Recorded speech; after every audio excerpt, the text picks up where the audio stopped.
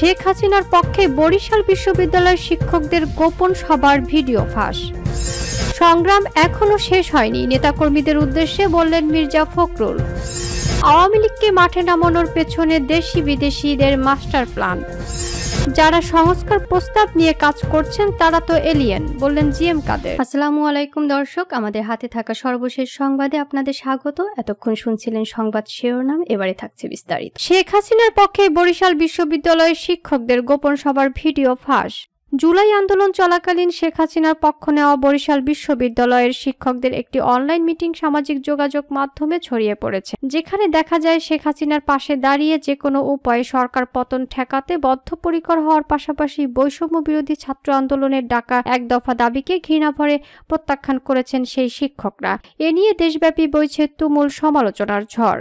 2024 সালের 4 আগস্ট অনুষ্ঠিত 1 ঘন্টা 30 মিনিটের ওই ভিডিওতে দেখা যায় বিশ্ববিদ্যালয়ের তৎকালীন ভিসি অধ্যাপক ডক্টর বদরুজ্জামান ভূঁইয়ার নেতৃত্বে ভাইরাল অনলাইন সভাটি অনুষ্ঠিত হয়। ভাইরাল ভিডিওতে বিশ্ববিদ্যালয়ের রেজিস্ট্রার মোহাম্মদ মনিরুল ইসলামকে উপস্থাপনা বক্তৃতা দিতে দেখা যায়। তিনি বলেন, আজকে জরুরি ভিত্তিতে কেন জুম মিটিং আয়োজন করা হয়েছে সে বিষয়ে আমাদের শিক্ষক সমিতির সম্মানিত সভাপতি ডক্টর বাতেন চৌধুরী পুরো বিষয়টা নিয়ে কথা বলবেন। এরপরে স্যারের নির্দেশনা অনুযায়ী আমরা এক একজন আলাদা করে কথা বলবো। বরিশাল বিশ্ববিদ্যালয়ের শিক্ষক সমিতির সভাপতি ডক্টর আব্দুল বাতেন চৌধুরী বলেন, আপনারা জানেন যে দেশ এই মুহূর্তে একটি ক্রান্তিকাল অতিক্রম করছে।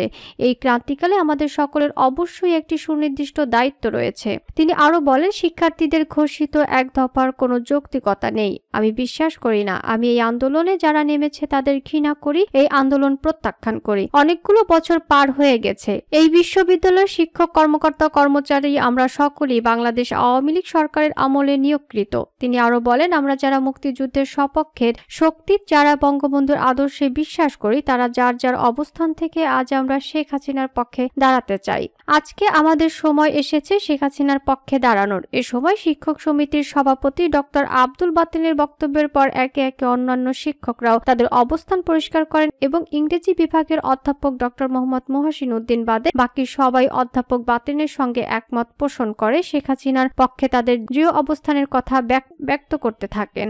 বক্তব্যের সময় বিশ্ববিদ্যালয়টির সামাজিক বিজ্ঞান অনুষদের দিল আফরোজ খানম কাঁদতে কাঁদতে বলেন, গত 2 দিন ধরে স্যার আমার গলা ধরে আসছে, কথা বের হচ্ছে না। আমার সোজা কথা স্যার, এই মুহূর্তে শেখ হাসিনার কোনো বিকল্প নেই, আমি এটাতে বিশ্বাসী। এ সময় ইংরেজি বিভাগের অধ্যাপক ডক্টর মোহাম্মদ মহসিন উদ্দিন তাদের সঙ্গে একমত পোষণ না করে শিক্ষার্থীদের পক্ষ নিলে তোপের মুখে পড়েন। তিনি বলেন, আমাদের শিক্ষার্থীদের আন্দোলনের একটা জায়গায় আমরা সবার একমত ছিলাম যে আমাদের শিক্ষার্থীরা কোনোভাবেই আহত হবে না, হয়রানি হবে না, গুলিবিদ্ধ হবে না, আমরা তাদের আগলে রাখবো। আমরা এখনো সেই দাবিতেই থাকতে চাই। ভাইরাল ওই গোপন সভার ভিডিওতে বরিশাল বিশ্ববিদ্যালয়ের উপাচার্য সহ শিক্ষক সমিতির সভাপতি, বিশ্ববিদ্যালয়ের রেজিস্ট্রার, বিভিন্ন বিভাগের শিক্ষক ও কর্মকর্তা কর্মচারীরা অংশ নিয়েছিলেন। সংগ্রাম এখনো শেষ হয়নি, নেতাকর্মীদের উদ্দেশ্যে বললেন মির্জা ফখরুল। বিএনপির মহাসচিব মির্জা ফখরুল ইসলাম আলমগীর দলের নেতাকর্মীদের উদ্দেশ্যে বলেছেন, খুব সজাগ থাকতে হবে, মনে রাখতে হবে সংগ্রাম এখনো শেষ হয়নি, গণতন্ত্রের উত্তরণ এখনো হয়নি। মির্জা ফখরুল বলেন, নির্বাচনের মধ্য দিয়ে নির্বাচিত সরকার বা পার্লামেন্ট এখনো আসেনি। সেজন্য অত্যন্ত সাবধানতার সঙ্গে, দৃঢ়তার সঙ্গে, সচেতনতার জন্য কাজ করতে হবে, দলকে আরো সুদৃঢ় করতে হবে। তিনি বলেন, এই সময়টা আমাদের পরীক্ষার সময়। পত্রপত্রিকা, টেলিভিশন, টকশো সবকিছু দেখেন কেমন একটা অস্থিরতা চলছে দেশে। ফখরুল বলেন, কতগুলো নির্ধারিত বিষয়গুলোকে আমরা অনির্ধারিত করে ফেলছি, অনিশ্চিত করে ফেলছি। সংস্কার, নির্বাচন, এই কথাগুলো এখন অনেক বেশি উচ্চারিত হচ্ছে। সব রাজনৈতিক দল ও গোষ্ঠীর দায়িত্ব হবে অত্যন্ত ধৈর্যের সঙ্গে বিভিন্ন সমস্যা আলোচনার মাধ্যমে সমাধান করা। জাতীয় ঐকমত্য কমিশনের সঙ্গে বৈঠকের প্রসঙ্গ টেনে মির্জা ফখরুল বলেন, সংস্কার কমিশনে বিএনপির প্রস্তাবগুলো দেওয়া হয়েছে। আলোচনার মাধ্যমে সত্যিকার অর্থেই সবার কাছে গ্রহণযোগ্য একটা সমাধান বেরিয়ে আসবে। খুব অল্প সময়ের মধ্যে একটা নির্বাচনের মধ্য দিয়ে জনগণ তাদের প্রতিনিধি পাবে। প্রাইম এশিয়া ইউনিভার্সিটির শিক্ষার্থী জাহিদুল ইসলামের প্রসঙ্গে ফখরুল বলেন, জাহিদুলকে হত্যা করা হয়েছে, কারা হত্যা করেছে জানা যায়নি। তবে একথা নিঃসন্দেহে বলা যায়, যারা এই সময়ে একজন ত্যাগী ছাত্রনেতাকে হত্যা করতে পারে তারা নিঃসন্দেহে বাংলাদেশের এই পরিবর্তনের আন্দোলনের সঙ্গে কোনোভাবেই যুক্ত ছিল না। তারা দেশে একটা বিভাজন সৃষ্টি করতে চায়। তারা দেশের পক্ষের মানুষ নয়, গণতন্ত্রের পক্ষের নয়। অন্তর্বর্তী সরকারের নানা ক্ষেত্রে সংস্কারের উদ্যোগ নিলেও শ্রমজীবী মানুষের সংস্কারের কোনো কথা শুনতে না পারায় হতাশা ব্যক্ত করে বিএনপির মহাসচিব। তিনি বলেন, কৃষক তার পণ্যে ন্যায্য মূল্য পান না, ঠিক যখন প্রয়োজন তখন পানি পায় না, তাদের সমস্যার সমাধান হয় না, সন্তানেরা ভালো স্কুলে যেতে পারে না, এমনকি স্কুলে গেলেও বই পায় না, সেই কথাগুলো আলোচনা হয় না।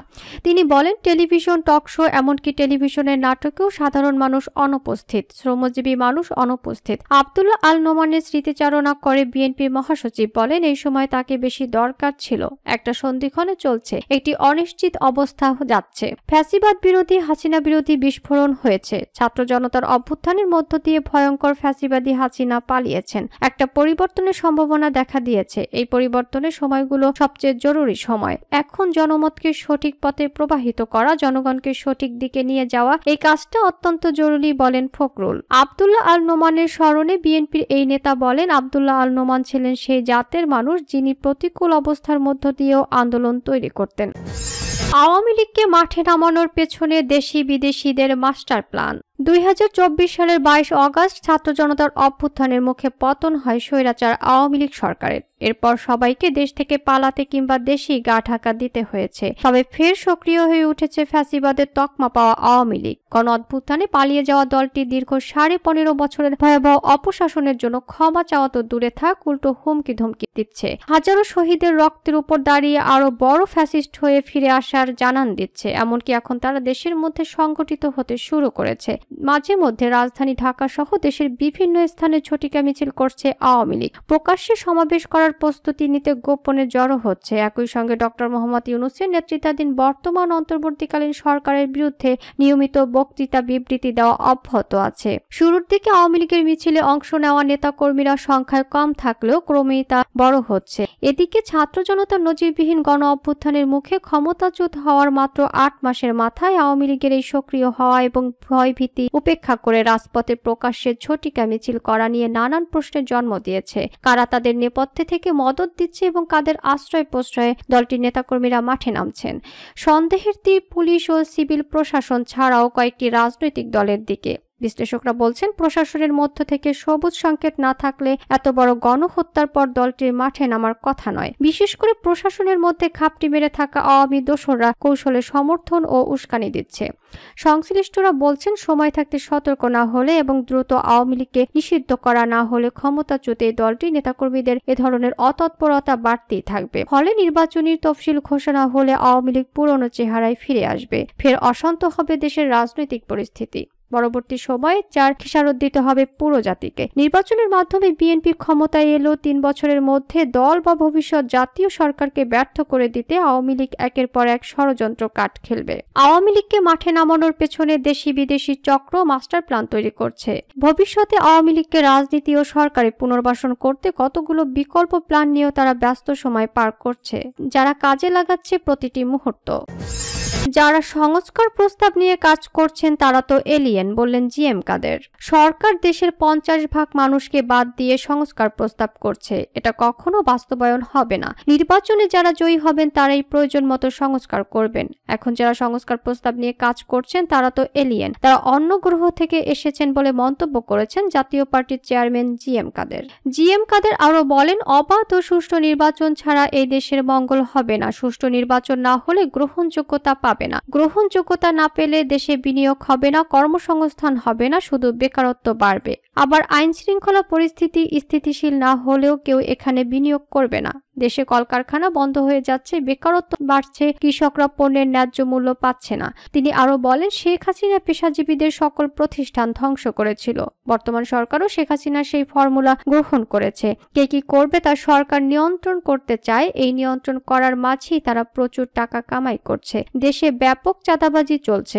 দেশের জনগণ আমাদের সাথে আছে। নব্য ফ্যাসিবাদকে রুখতে হবে, নব্য ফ্যাসিবাদের দোসরদের সোজা করতে হবে, দেশকে বাঁচাতে হবে। জাতীয় পার্টির চেয়ারম্যান আরও বলেন, জাতি এক কঠিন সময় পার করছে, জাতি এক বিভীষিকাময় পরিস্থিতি পার করছে। সারা দেশে ফ্যাসিবাদ ও ফ্যাসিবাদের দোসর আখ্যা দিয়ে দেশের মানুষকে নির্যাতন করা হচ্ছে। ফ্যাসিবাদের পতনে নব্য ফ্যাসিবাদের উত্থান হয়েছে। নব্য ফ্যাসিবাদ ও তার দোসররা সারা দেশে দাপিয়ে বেড়াচ্ছে। বর্তমান সরকারও শেখ হাসিনার মতো একতরফা নির্বাচনের দিকে এগোচ্ছে। পেশাজীবী সংগঠন ও নব্য ফ্যাসিবাদের অঙ্গ সংগঠনের মতো আচরণ করছে বলেন জি এম কাদের।